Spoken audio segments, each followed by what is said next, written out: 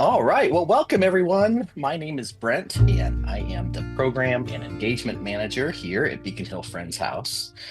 We are a Quaker Center for Learning right in the heart of downtown Boston. We are home to Beacon Hill Friends Meeting, and we're also a residential community of about 20 people. This is a series where we're learning about the Enneagram. If you're not familiar with it, you can check out the overview that I did called Why We Clash, Why We Click, where I give a summary of all 9 Enneagram types. Since then, every 2 weeks, I've been zooming in on one Enneagram type at a time, looking at what makes each one amazing, unique, and absolutely crucial in the world. Tonight, we're going to take a deep dive into Type 3. Type 3s are dynamic, inspirational, and fueled by a deep desire for excellence.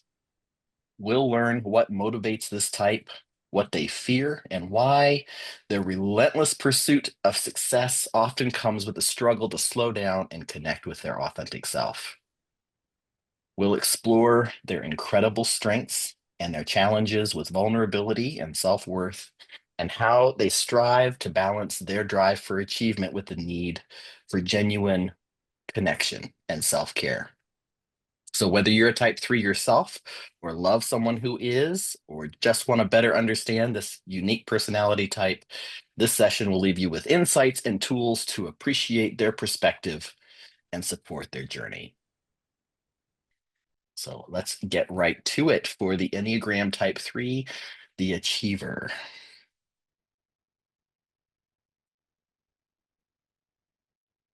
If you want something done and done well, find a Type 3. Threes are the Enneagram's energizer bunny. They just keep going and going and going. They're driven, adaptable, and ready to conquer whatever challenge is in front of them. In other words, a Type 3 might present a polished, success filled version of themselves to the world, emphasizing their achievements and strengths while downplaying their struggles or failures. Because here's the thing, success isn't just a goal for threes, it is their lifeblood. They tend to believe that achievement equals worth, and they've spent a lifetime mastering the art of being impressive. But under all that polish, there is a real person who wants to be valued for who they are, not just what they accomplish. The trouble is, slowing down to figure out who they are can feel like risky business. What if they're not as extraordinary as people think? What if they stop hustling and the love dries up? So they keep going, keep performing, keep delivering until, surprise, they're exhausted.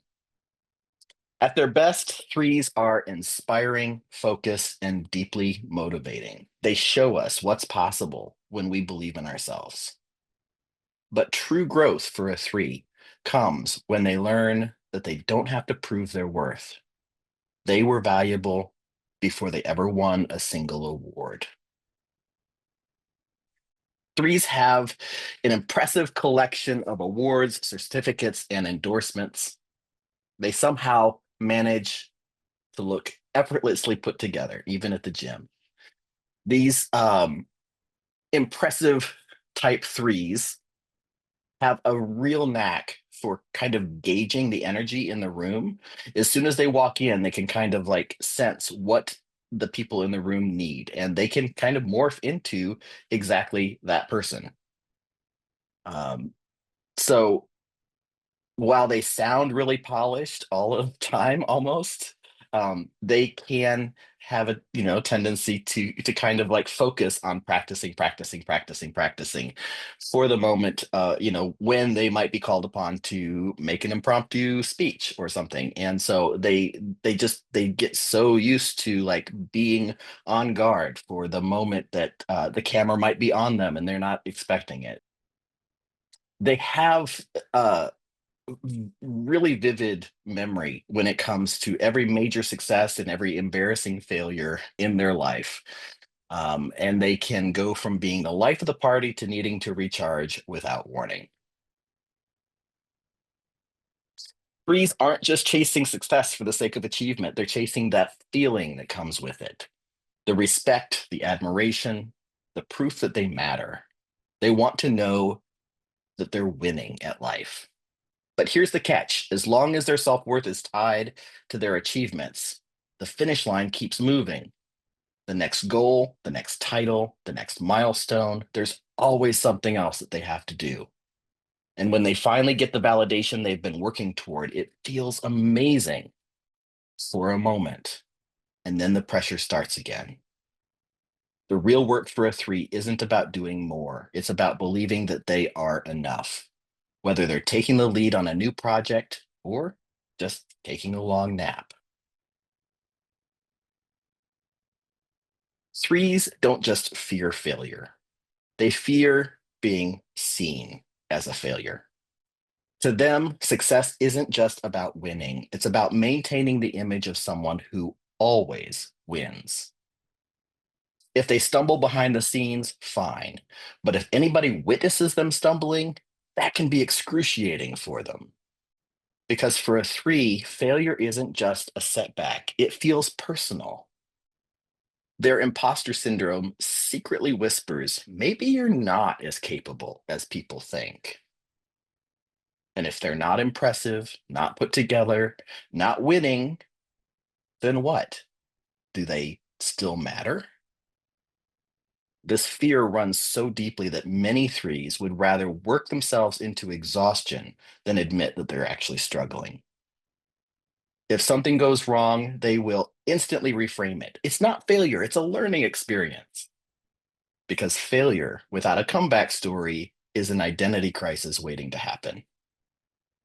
That's the fear that keeps them striving, pushing, and polishing their image. More than anything, they want to be valued.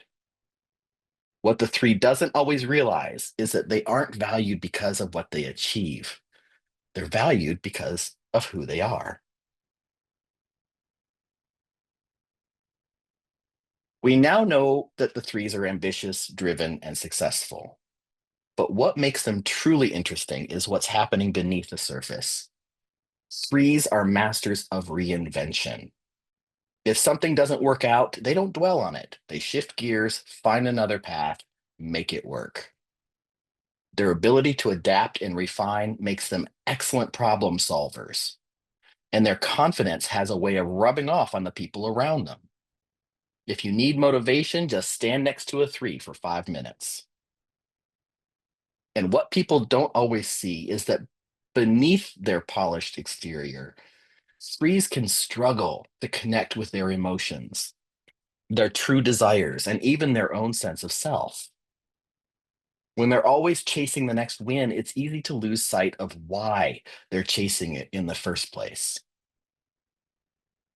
Now, some less mature threes who are still learning how to navigate their shadow side, they can exhibit some narcissistic traits when their sense of worth feels like it's in jeopardy.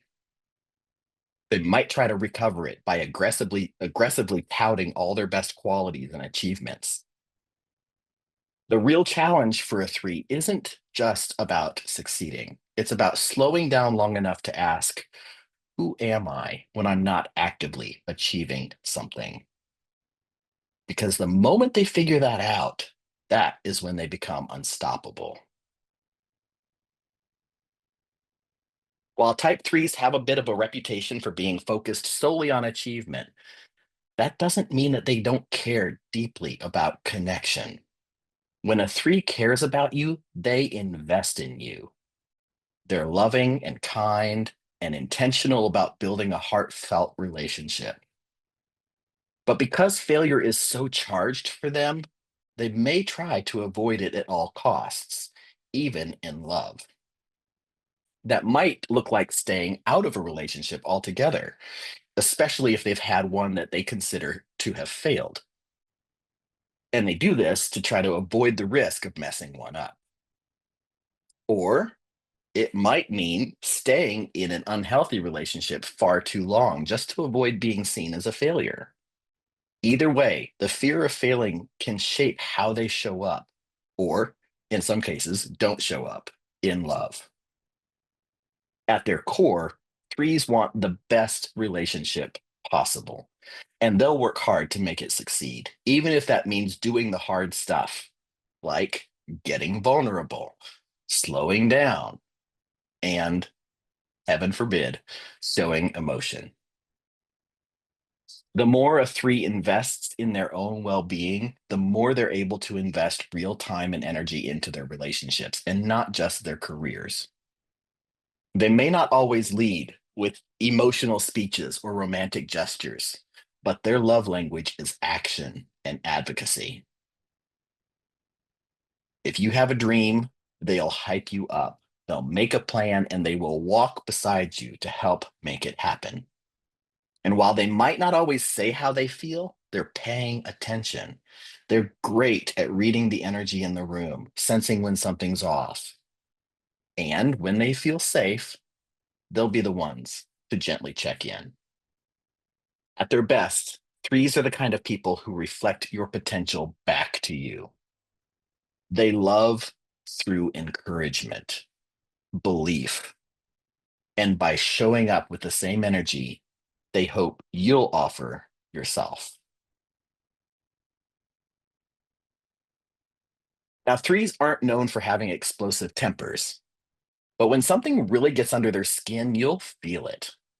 It usually shows through clenched jaw professionalism and a sudden flurry of productivity that says, I'm furious, but I'm still outperforming all of you. So, what makes them mad? Let's talk about what really ticks off a type three. And spoiler, it's not just losing, it's looking like a loser in front of people that they want to impress. It's being undervalued.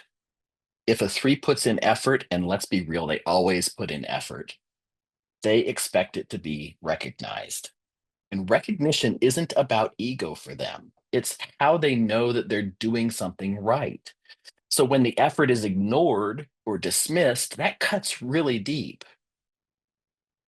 A three will put in late nights, flawless work, and 110% effort.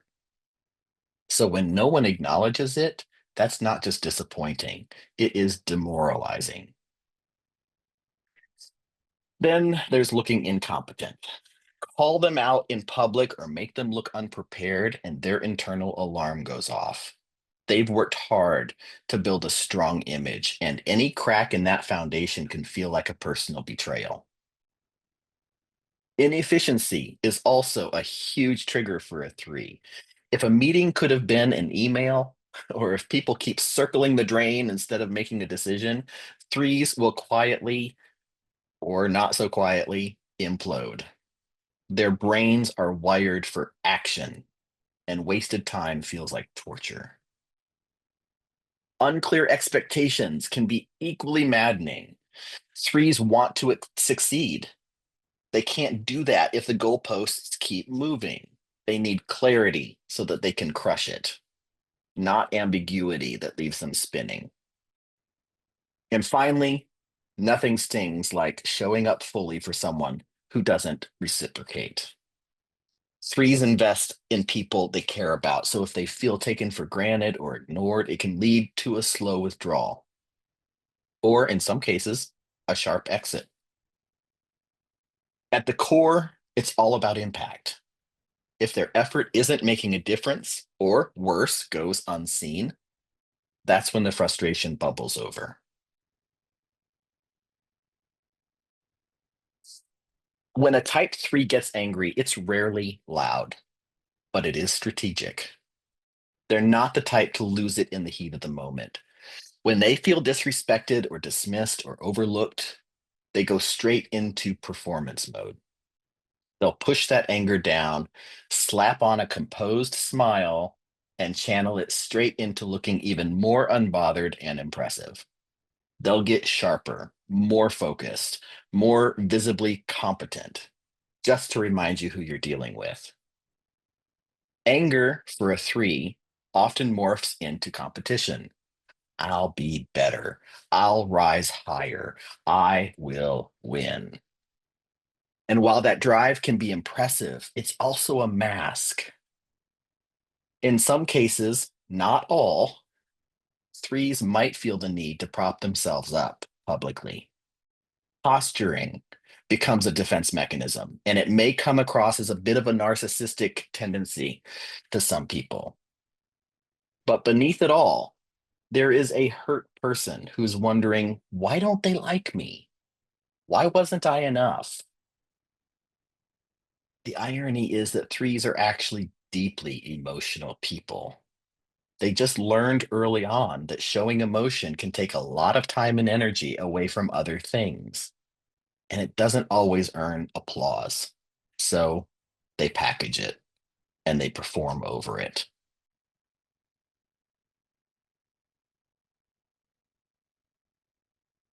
Why do they do this? Threes don't usually decide to suppress anger. It's just what often happens for them. Emotions can feel unpredictable and messy, and worst of all, inefficient. And if there's one thing a three can't stand, it's wasting time. So instead of processing anger, they shift into gear, freeze out mode, image control, passive aggressive productivity. Why? It's because emotional control equals strength in their eyes. Letting their emotions show might make them look weak or worse, out of control. So they rebrand it as taking the high road, even when they're seething underneath. At the root of this is a deep fear of losing respect or status. If someone sees them as vulnerable, it might damage the carefully crafted image that they've worked so hard to maintain. So the freeze out or the biting comment is not just pettiness, it is self protection, it is armor. And when anger does show up, they don't wallow in it, they weaponize it. That pain becomes fuel. They'll get sharper, faster, more focused, using success as a way to rise above the sting. Why hash it out when you can just outperform and move on? To a three, emotions aren't just vulnerable, they're a time suck. And unless those emotions are serving a purpose, they don't feel it's worth the effort.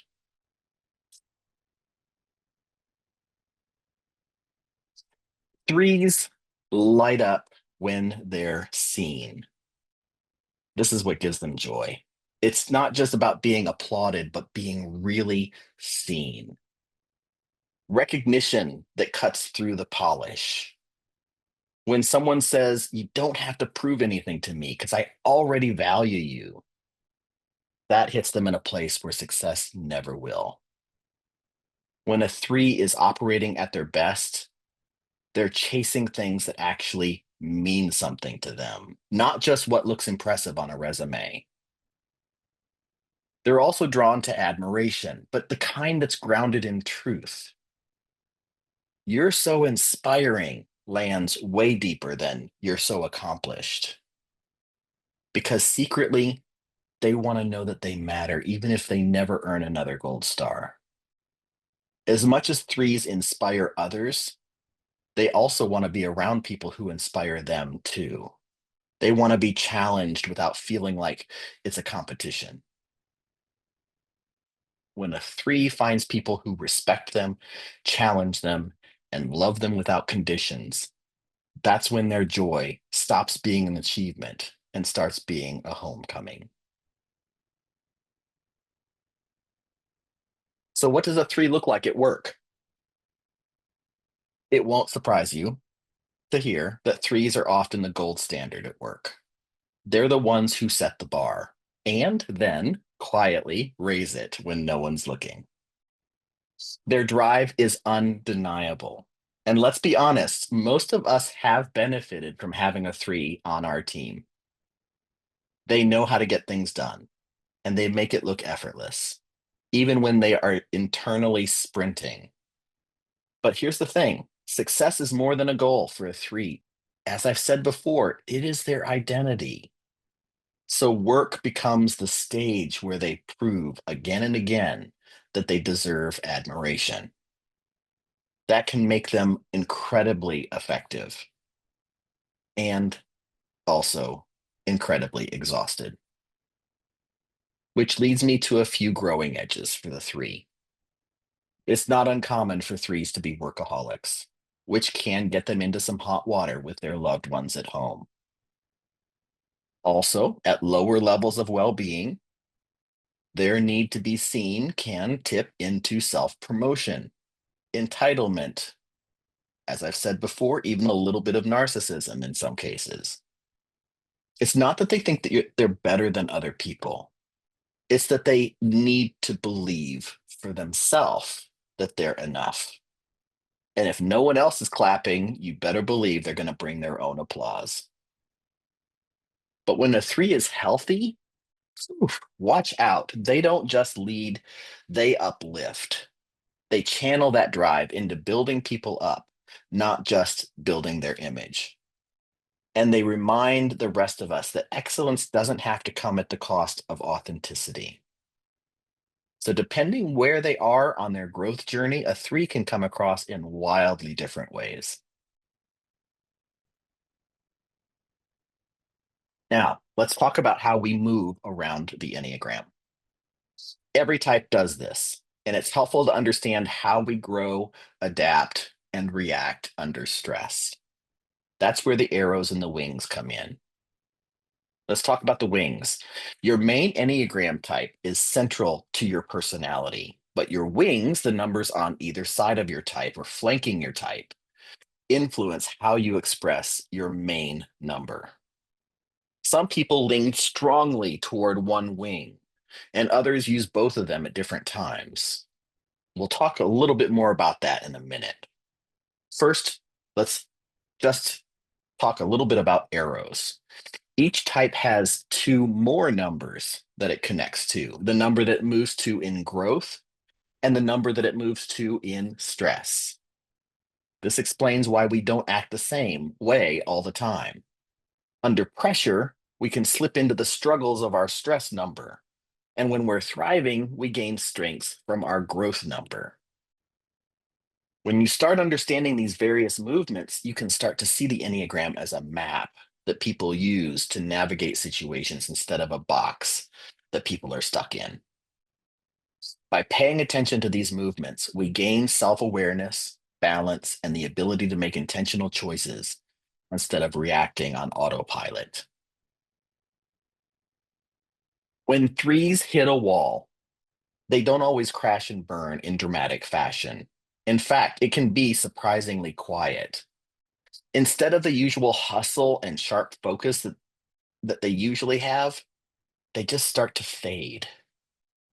At first, it might look like they're just taking a well earned break, but look closer and you'll notice that their spark is gone. They're still showing up, still going through the motions, but that drive, the fire, that let's do this energy is missing.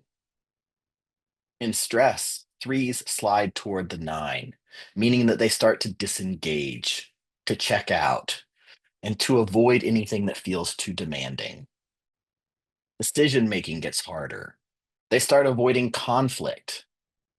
They might procrastinate or zone out or say, yeah, whatever's easiest, just to keep the peace and avoid rocking the boat. But underneath that calm exterior, there's usually a storm of self doubt and disappointment. The internal voice goes from, I can handle anything, to, why bother? It's never enough anyway. And because they're still so image aware, they'll keep pretending that everything's fine long after it stops being true. The stress response is really about self protection. It's a way to retreat from the pressure and the fear of failure. The trick is helping threes to recognize when they've slipped into autopilot like that so that they can reconnect with what actually fuels them. When the type 3 feels grounded and secure, they move toward the healthiest qualities of type 6.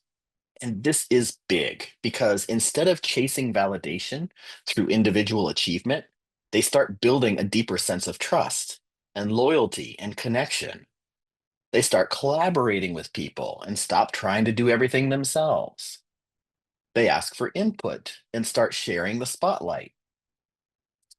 Threes will often rely on external praise to gauge their success. But when they tap into the six energy, they start cultivating a stronger internal compass. Instead of asking, will they approve?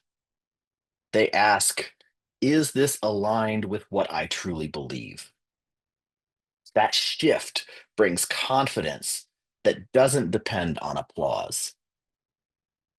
And the healthy six energy brings a bold kind of honesty. Threes begin to show up more authentically, admitting their fears, expressing their uncertainty, being vulnerable, even when it's uncomfortable. They stop performing and start connecting. When a three steps into this six energy, their leadership becomes more grounded, their relationships become more loyal, and their sense of worth becomes steady, even when the spotlight fades.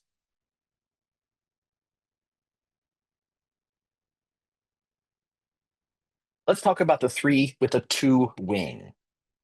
When you combine the charm and the warmth of a two with the drive and the polish of a three, you get someone who's not just ambitious, but they're likable about it.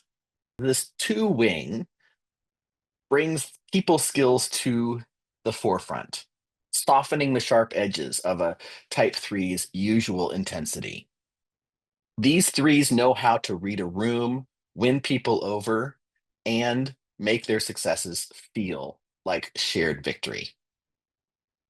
At their best, they genuinely want to help. They thrive when they are mentoring, supporting, helping others, not just to make themselves look good, but because it actually feels good for them. That said, the two wing can add a layer of strategic helpfulness. It might sound like, of course, I'm happy to help. And if this just so happens to raise my profile a little bit, that's win win.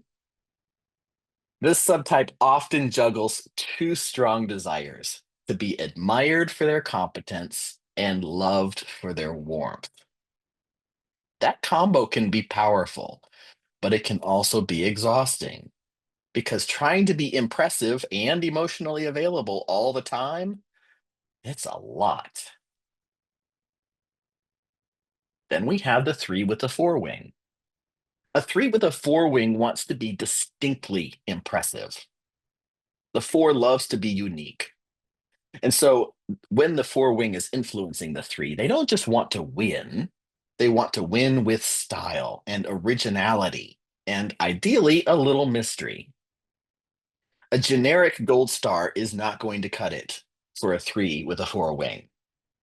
This wing brings a creative, introspective flavor to the three's usual high gloss ambition.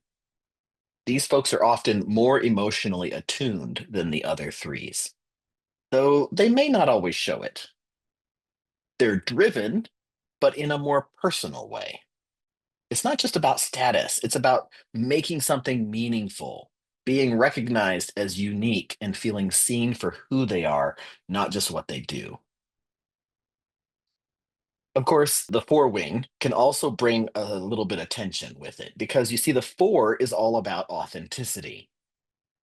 The three is all about getting the job done. And sometimes a three will choose to grease the wheels a little bit, the wheels of achievement by, bending a few facts along the way. So you might see a little bit of inner push and pull. Do I say what's real or do I say what will work? Now, if all of that wasn't enough, we have subtypes to think about. Each type has three subtypes, which gives them a little bit more flavor to the main personality. All the threes want to succeed, but why they want it and how they go after it are different. These three flavors of three can look pretty different from the outside, even though they're all chasing the same core need to be valued. Let's start with the self preservation three. This subtype is all about survival through success. Their motto is I must succeed to stay secure. They're often less flashy than the typical three stereotype, but don't let that fool you. They are just as driven. They tend to be hardworking, self contained, and laser focused on staying secure. These are the let the work speak for itself types. But yes, they are absolutely tracking the scoreboard. Then we have the social three, the classic crowd pleaser. Their motto is I must succeed to be admired. This subtype is highly attuned to what's admired in any given group, and they will shapeshift to match it. They're polished, persuasive, and they look like they were born for the stage. Whether that's a boardroom or a party or even just social media, they were born for it. The challenge is that they can get so good at adapting that they lose sight of who they actually are underneath the image. And finally, the sexual, or as it's sometimes called, one-to-one three. This one brings intensity. Their motto is I must succeed to win you over. These threes want to be the most desired, the most captivating, the one person you can't stop thinking about. There's charisma, magnetism, and a whole lot of drive to win love through excellence. But the line between genuine connection and strategic seduction can get a little blurry. So, understanding these subtypes helps us see that not all threes want center stage, but they all want to matter. All right, so now we've gotten a good look at the three. Let's see just how much three energy you have. So get a pen and paper, if you will, and get ready to take score. This quiz is designed to help you see if type 3 is a strong part of who you are. You'll read 15 statements that reflect the typical thoughts, feelings, and behaviors of a 3. For each one, you'll rate yourself on a scale from 1 to 5, with 1 meaning not at all true, and 5 meaning very true. Then we'll tally up the score and see whether you land on the title of type 3. I've copied the scale over to the next two slides so that you can remember which number stands for which score. And just remember, this isn't a test. This is just an awareness tool. The goal is to better understand what drives you and maybe even spot where some of your behaviors come from. So be honest with your ratings for each of these statements, and let's just see if the type 3 is central to how you operate.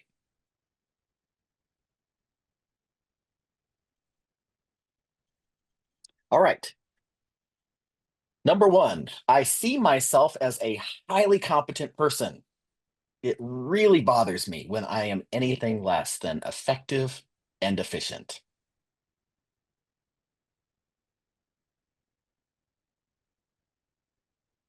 Number 2, when things are going well for me, I virtually glow with a kind of inner joy in being who I am and having the life that I have.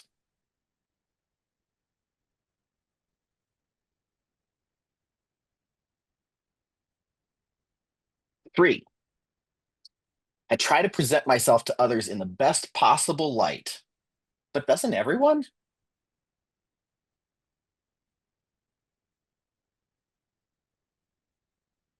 4, my feelings have tended to be foreign to me.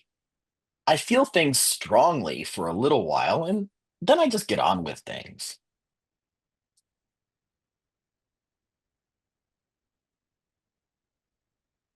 5, it's important to me to feel successful, even if I'm not yet the success that I want to be.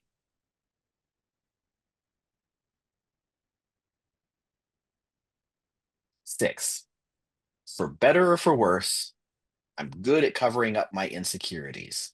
People would never guess what I'm really feeling.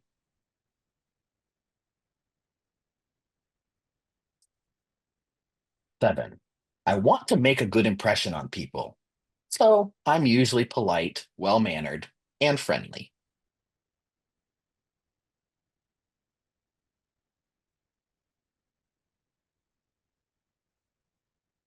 8.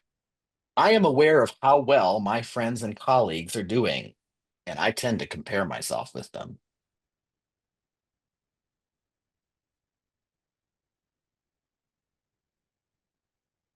9. I often strive to be the best at what I'm doing.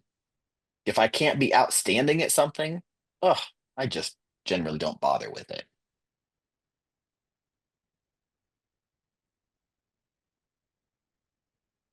10. Sometimes I've had to cut corners a little to achieve my goals.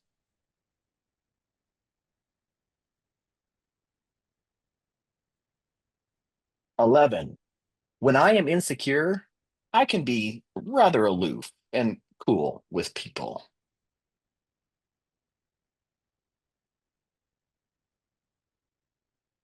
12. It really bothers me when others don't acknowledge the excellence of what I've done.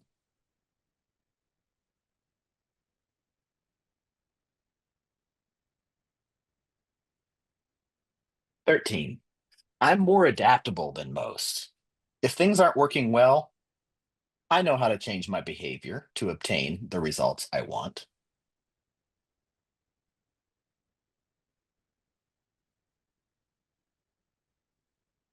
14.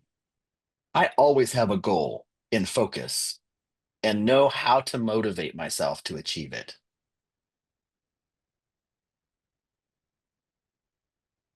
And 15. I have a workaholic streak. I feel adrift if I'm not accomplishing things.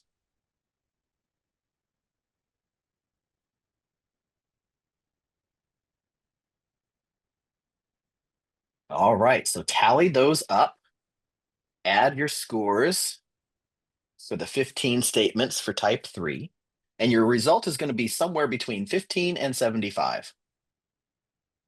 So the following guidelines may help you discover or confirm your personality type. If you scored 15, you are probably not a type 3, a type 7, or a type 8. If you scored 16 to 30, you are probably not a type 3. If you're a 31 to 45, you most probably have similar challenges as a type 3, or you have a type 3 parent. If you're 46 to 60, you most likely have a 3 component somewhere in your Enneagram movement, either a wing, or you go there in stress or in confidence and strength. If you are a 61 to 75, you are most likely a type 3. But this could still be another type if you're thinking too narrowly about the type 3. So, what does that mean? Why this caution? So, let's pause briefly and talk about why it's worth taking a closer look, no matter how you scored. It's easy to mistype yourself if you focus only on behavior instead of motivation. The Enneagram doesn't just ask what you do, it asks why you do it. Plenty of people are hardworking, driven, or polished, but not all of them are motivated by the deep need to be seen as successful and valuable. You also might be picturing this stereotypical 3, like Tony Robbins, the motivational speaker, the polished executive, the goal slaying entrepreneur. But not every 3 looks like that. Some fly under the radar. They succeed quietly, or they focus their energy on being admired in close relationships instead of in the workplace. Everyone's different. So if you dismiss the idea of being a 3 because you're not that competitive or not that flashy or not that into career stuff, it's okay to take a closer look. The real question isn't, am I ambitious? It is, do I feel like I have to earn love by being successful or impressive or admired? If that resonates, there's likely some three energy in play. Remember, the Enneagram isn't about boxing yourself in, it's about understanding what drives you so that you can then grow with clarity and compassion.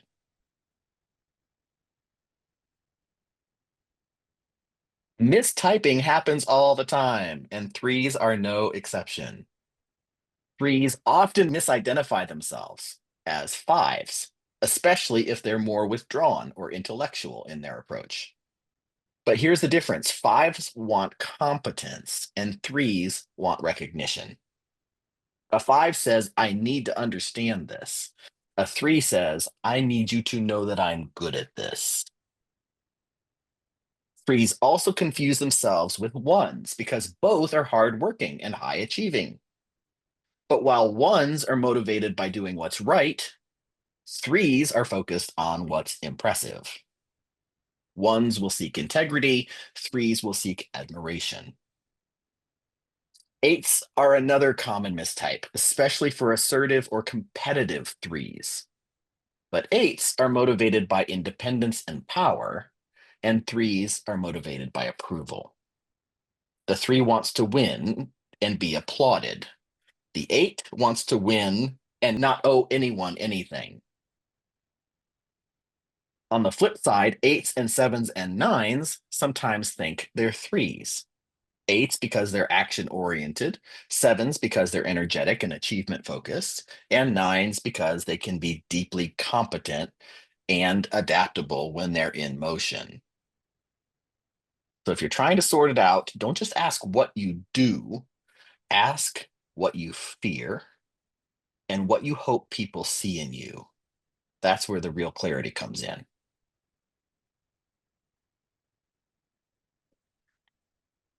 We all carry a little type 3 energy because we all carry every Enneagram number inside of us. With our type 3 energy, we all want to be seen and valued and appreciated for what we bring to the table. We all want to feel fully alive while pursuing a goal that truly matters to us. I want to read these to you, and I want you to take note of when these things are true of you, regardless what number on the Enneagram you identify with.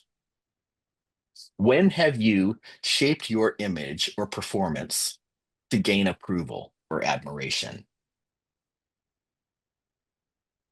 When have you been proud of your ability to stay focused and organized and effective under pressure?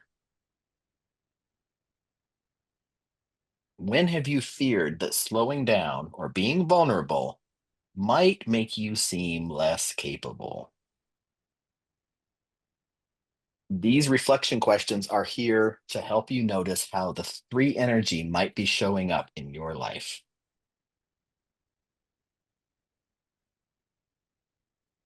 We've spent some time exploring what it's like to be a three, but now let's flip the lens and consider what the threes in your life experience.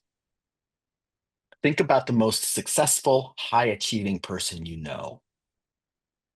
How might their constant drive to excel be rooted in a fear of not being enough? Threes often feel pressure to keep up appearances. So, what is one way you can create space for them to be real, not just impressive? And how would your relationship with a three change if you saw their ambition not as ego or narcissism, but as a longing to be seen and valued and secure? So, how can we love the threes in our life? Loving a three means recognizing the person behind the performance. Yes, they're impressive. Yes, they work hard. And yes, they often carry more than anyone realizes, all while making it look effortless. You can appreciate their drive and their focus and the energy they bring to every room. Beneath the ambition is someone who quietly wonders, would you stop loving me if I stopped winning? Acknowledge the way. They are visionaries with grit who see what could be and then make it happen. Acknowledge how they encourage and believe in others and how they push others to also believe in themselves. Threes thrive on encouragement, but they need more than praise for results. They need to hear, I see your heart. I admire your courage. I love you even when you're not achieving anything at all, even when you're still figuring things out. So affirm their drive, yes, but also give them permission to just slow down.